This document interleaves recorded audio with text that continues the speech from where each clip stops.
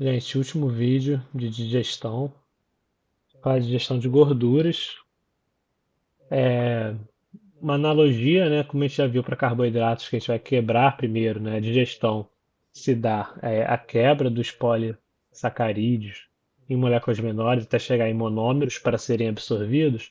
As proteínas precisam ser quebradas, né, em peptídeos e depois em aminoácidos para os aminoácidos serem absorvidos e as gorduras também. A principal gordura que a gente vai consumir, mas não única, né, são os triglicerídeos, que são a molécula de glicerol, né, um esqueleto aqui do glicerol, que são três carbonos. E cada carbono é ligado aqui numa molécula de ácido graxo. E essa é a molécula de reserva energética, né, que a gente vai consumir, e ela precisa ser quebrada em ácidos graxos livres, né, para ficar menor e passar pela membrana dos enterócitos. Tá? Acontece que essas moléculas elas são extremamente apolares, né? Vou manter esse desenho aqui um pouco. Lipídios, por definição, são apolares, né? É o que torna eles, classifica eles como lipídios. Mas os ácidos graxos, se vocês forem ver, né, eles têm a cabeça aqui polar, se vocês forem lembrar, porque tem a carboxila aqui na ponta, né? C-O-O-H. É polar. Então, se essa cadeia polar não for muito grande, um ácido graxo de cadeia curta, ele já é menos apolar, ele tem a tendência até de um pouco de polaridade. Se ela for uma cadeia muito longa, ele é mais apolar. Quando ele está aqui esterificado no glicerol, não tem mais a hidroxila da carboxila, né? Tem aqui ligação dupla com oxigênio, O, e não tem H, não tem ligação de hidrogênio para fazer, porque o H foi perdido e está ligando direto para o carbono aqui. Então, essa molécula é toda polar, não tem uma cabecinha polar, não tem nada. Então, ela é altamente immiscível, né, em água. Então, essas moléculas lipídicas, quando a gente consome, elas estão misturadas lá no quimo, depois no quilo, elas não estão se misturando, né, com as nossas secreções pancreáticas. Então, como é que a gente resolve esse problema? Porque as enzimas que estão na secreção pancreática, no suco pancreático, elas precisam entrar em contato com essas moléculas para digeri-las. Então, é aí que tem o papel da bile. Os sais biliares ou ácidos biliares são produzidos pelo fígado, né, armazenados na vesícula biliar e secretados no intestino delgado no momento adequado com a digestão, com todos aqueles controles neurócrinos que a gente já conversou. Esses sais biliares eles são formados principalmente por colesterol, mas não só, também fosfolipídios e algumas outras partículas auxiliares, tá? E ele vai formar uma micela. Uma micela é aquela molécula tipo de sabão, né? Que por dentro você tem gordura, na parede dessa molécula você tem uma molécula anfifílica, que de um lado ela interage com gordura, do outro lado ela interage com água. Então, para o lado de dentro fica a interação com gordura, que já que o conteúdo é gorduroso, né? E do lado de fora a interação com água. E então isso torna o lipídio solúvel, né? É como a gente tira a gordura da panela quando a gente vai lavar a louça, né? A gente usa o sabão, porque se passar só água, a água passa pela panela e a panela continua gordurosa. Mas o sabão ele interage com a água e interage com a gordura. Então ele permite que a água carregue aquela gordura. Então esses lipídios podem ser carreados agora quando estão na micela formada pelos sais biliares. Isso é importante porque se eles são mais solúveis, eles podem ser quebrados em gotículas menores, né? Então você começa a ter, em vez dos lipídios eles ficarem se interagindo entre si para repulsar da água, né? Como uma ação de repulsão da água, eles ficarem todos hidrofóbicos juntinhos, eles começam a não ter tanto problema, não ter tanta repulsa em ficar menores partes, né, e aumentar a área de contato com a água. Por quê? Porque agora eles estão envolvidos numa micela que interage bem com a água. Então, se está aumentando a área de contato com a água, está aumentando a área de contato com as enzimas.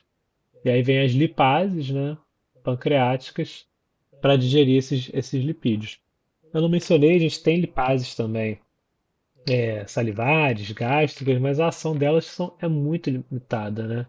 Porque os lipídios não são miscíveis na saliva, então, ou no suco gástrico, né? Então é só no intestino mesmo.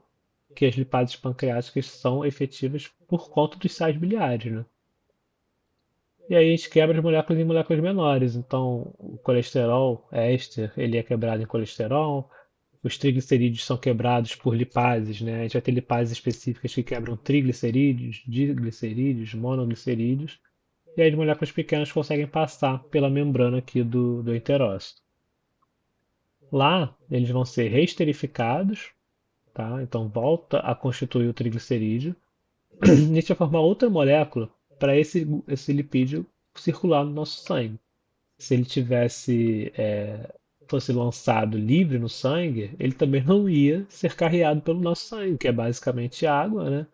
Então ele não seria miscível no sangue, o sangue ia passar e o lipídio ia ficar no na nossa artéria sem circular, né? Então nossos enterócitos eles fazem uma outra molécula que também vai ter uma função anfifílica, né? E agora quem faz essa camada aqui são as apoproteínas, né? Que são proteínas de transporte. Então, o conteúdo fica lipídico, triglicerídeos e colesterol. Os fosfolipídios, que são anfifílicos também, né? Por isso que eles estão na camada da membrana, na bicamada, né? Da membrana plasmática.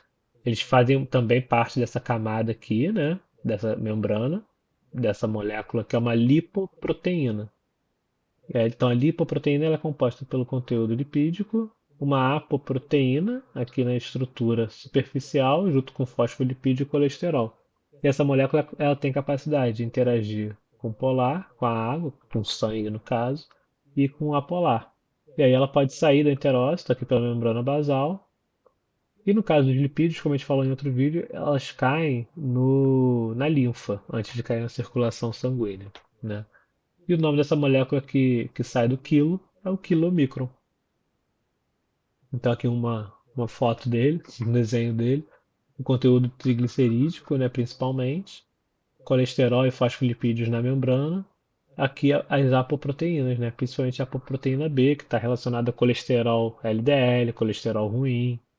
Então tem toda a parte de metabolismo lipídico, que esse outro slide aqui fala, né? O quilomicron, que é a maior lipoproteína, mas a gente tem outras lipoproteínas que são produzidas pelo fígado, ou até mesmo produzidas no próprio sangue, né?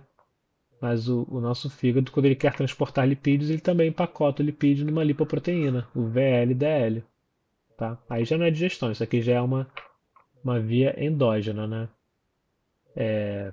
Vamos deixar isso para um outro vídeo para encerrar a digestão aqui. E esse esquemático aqui mostra essa separação.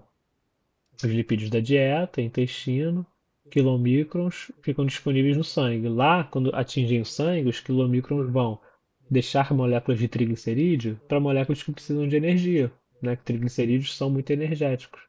Então vai deixar para os músculos principalmente, mas também para outros órgãos, né? E depois vai chegar no fígado, que é o grande hub, né? O grande alquimista e órgão que vai fazer esse metabolismo lipídico depois na via endógena, que a gente fala em outro vídeo depois, tá bom? E aí a gente fecha a digestão.